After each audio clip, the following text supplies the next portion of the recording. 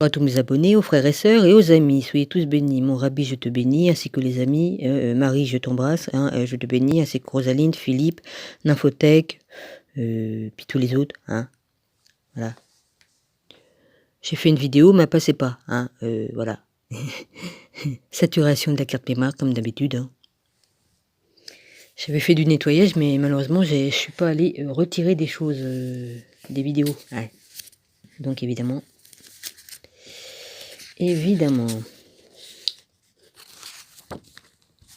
Bon, bah écoutez, hein. Je vais y aller. Je vais aller doucement parce que l'autre est parti se coucher et puis je vais pas m'en aller. Là, j'ai mon breuvage qui est en train de refroidir. J'ai pas pris ma spiruline, moi, aujourd'hui. J'ai beaucoup dormi, ouais. J'ai des problèmes de santé, je dors beaucoup.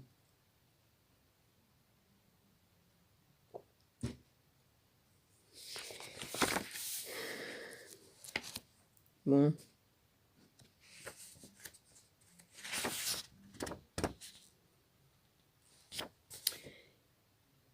Dans le Nouveau Testament, c'est quoi que j'ai lu tout à l'heure? Je sais même plus.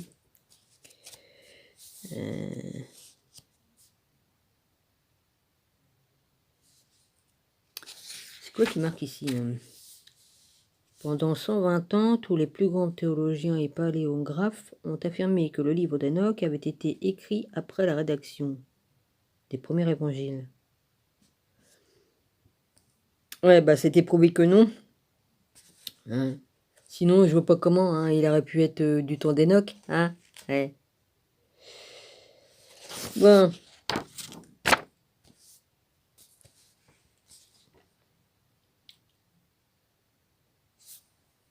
Marqué là, si on lit tous les manuscrits grecs est clairement dit que Enoch a prophétisé à ces hommes, ce qui n'est pas pareil entre sur et à semble être un détail, mais signifie que Jude faisait référence du Enoch de la Genèse plutôt que de livre d'Enoch. Ouais, mais il savait pas quoi inventer pourquoi. Ça c'est marqué dans le livre, il donne des explications hein, sur les trucs là.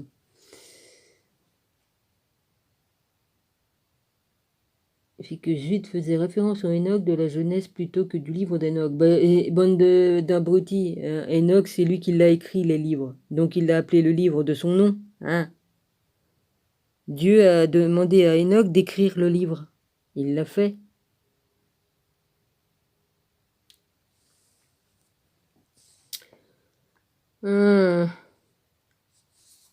Alors, Jude, esclave de Jésus et frère de Jacques, s'adresse au bien-aimé de Dieu, le Père et du Christ.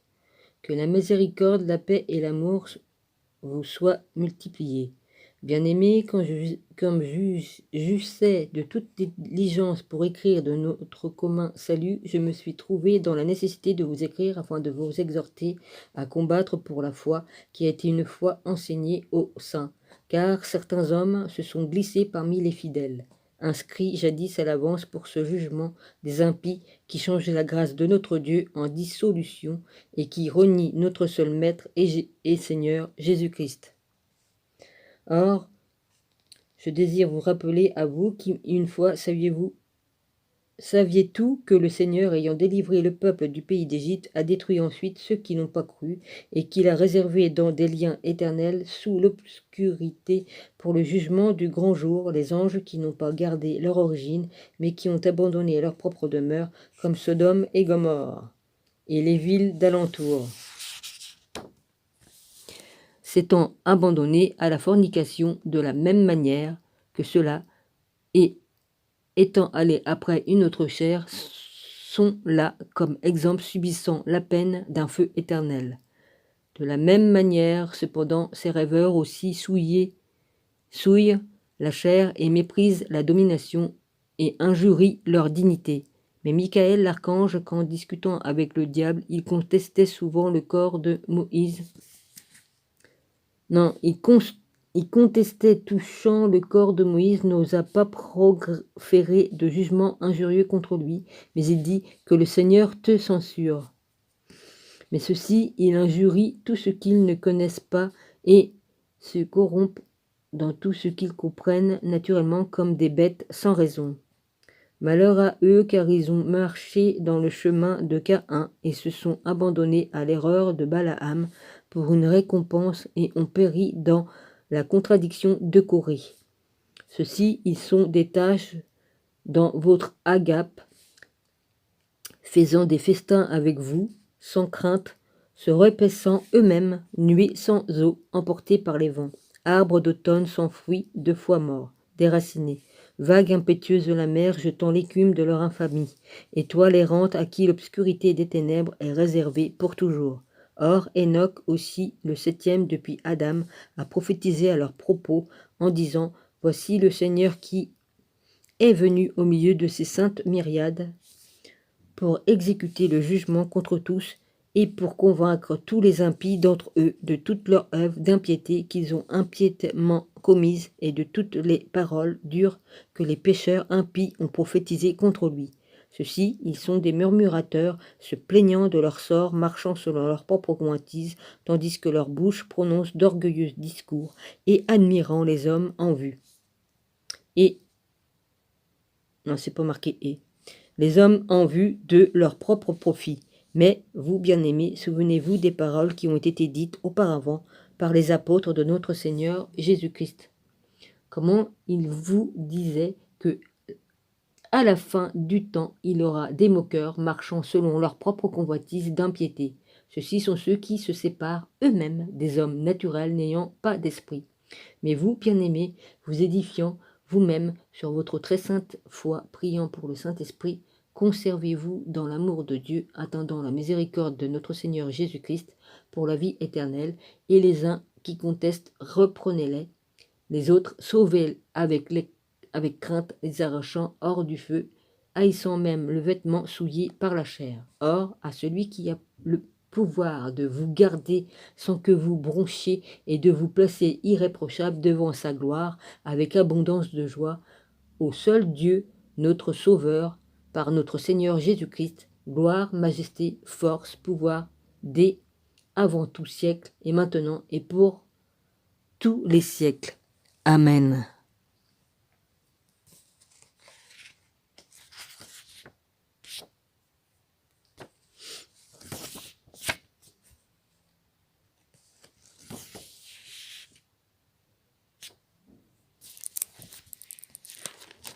Ça, c'était la fin du livre d'Enoch. La mission d'Enoch auprès des anges déchus. J'en étais où? Bénédiction divine, chapitre 11. Dans ces jours, je mettrai les trésors issus de ma bénédiction à disposition. Ils sont dans le ciel et descendront sur la terre pour se répandre sur le travail des humains. Alors la paix et la vérité seront unies à jamais. Chapitre 12. La mission d'Enoch auprès des anges déchus.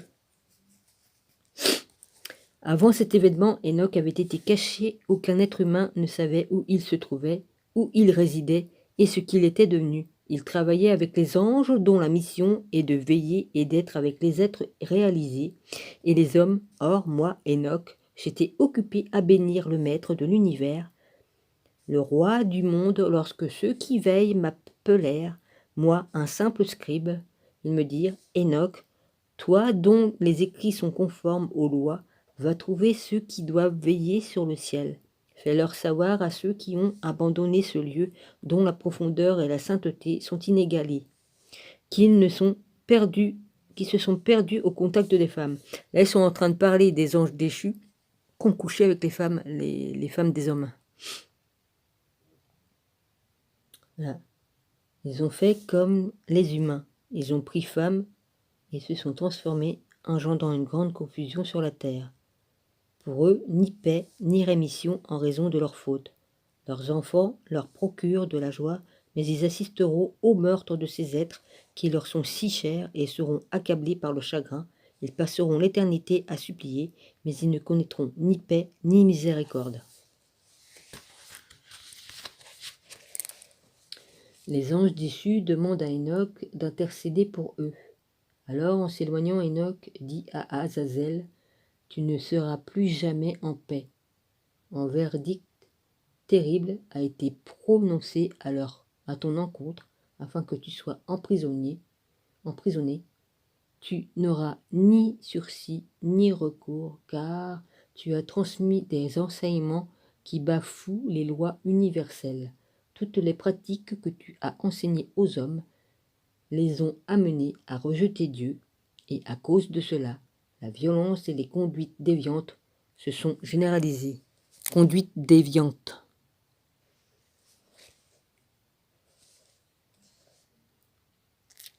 Puis, ah ouais, on en est arrivé à un point où c'est qu'on est pire que du temps de Sodome et Gomorrhe. Donc Jésus, il va frapper fort. Il va faire un grand nettoyage. Ce qui est écrit, et tout se fera selon les écrits. Jésus a toujours été le même depuis des millénaires. Les écrits sont tels qu'ils sont et se feront tels que c'est. Voilà, le Père, le Fils ne changent pas, les écrits non plus. Tout se fera selon la volonté de Dieu. Un point, c'est tout. Voilà, je crois que je suis assez clair. Pour une personne là qui s'est permis de venir me juger injustement, qui connaît même pas les écrits, hein, qui se fait passer pour une brebis alors que c'est un loup déguisé.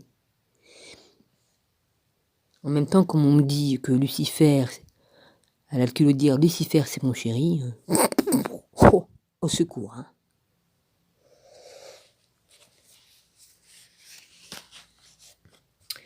Voilà, je vais arrêter ici, hein. Voilà, j'arrête ici. Je vais aller faire dodo, enfin, je vais m'instructionner. Excuse-moi, je vais aller regarder des vidéos jusqu'à ce que je m'endors, c'est pas grave. J'écoute de la musique, j'étudie même en dormant, je m'endors, j'arrive à écouter quand même. Il y en a qui apprennent des langues en dormant. Moi, j'apprends en dormant autre chose. Je vous dis à demain et puis voilà. Excusez-moi, mais bon, ma santé n'est plus ce qu'elle était.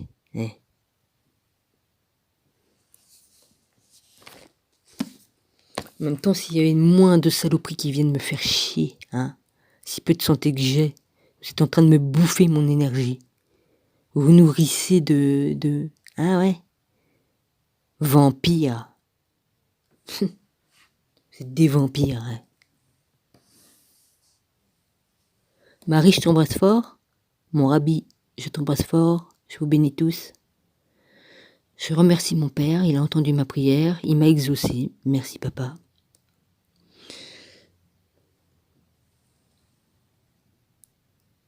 Ouais, il y en a qui s'imaginent quoi, que Dieu, il va pas faire ce qu'il faut, hein? Ouais. Il ferait bien de t'imprimer ça dans ton crâne. La personne à qui je parle, elle sait très bien. Et tu vas bien savoir, hein? En tout cas, ouais, je le disais dans l'autre vidéo, ouais, t'as eu un avertissement, comme t'as eu l'incendie, hein? C'était peut-être pour te faire comprendre qu'il fallait peut-être que tu te tiennes à carreau, hein?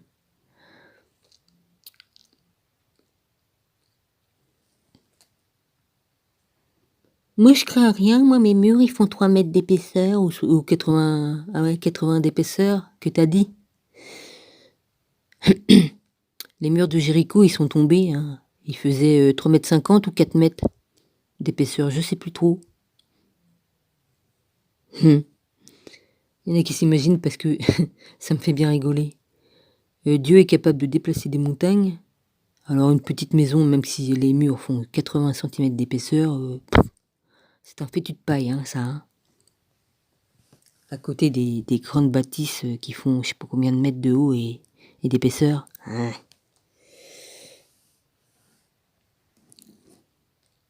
Je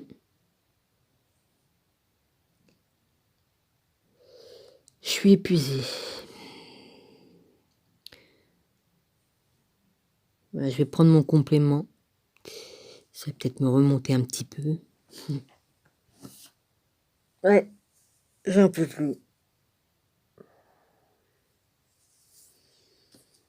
Comme j'ai envie de dormir, je peux pas dormir parce que je suis pas toute seule. Hein. Bah non. Hein. On a 2 pièces à vivre ici, hein. Donc, comme Gilles est dans la place, la pièce principale, là où je vis, ben, je peux pas dormir comme j'ai envie, hein. Il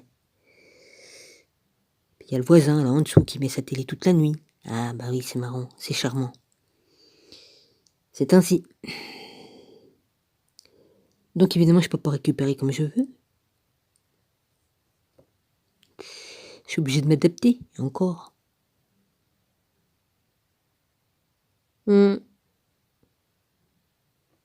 Ça peut être dangereux, je peux même m'endormir en étant debout, hein, vas-y. Hein. C'est rigolo, ouais.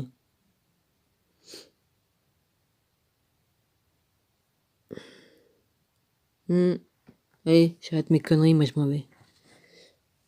Enfin, quand je dis mes conneries, j'arrête de raconter ma vie à la con, vas-y.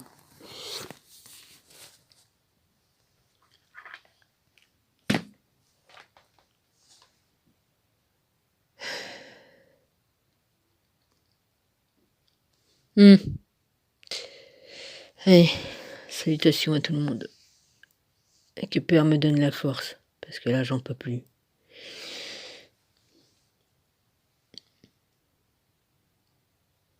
Je souhaite à personne d'avoir mal aux dents nuit et jour. Hein? Pendant des mois et des mois. Ouais. Allez.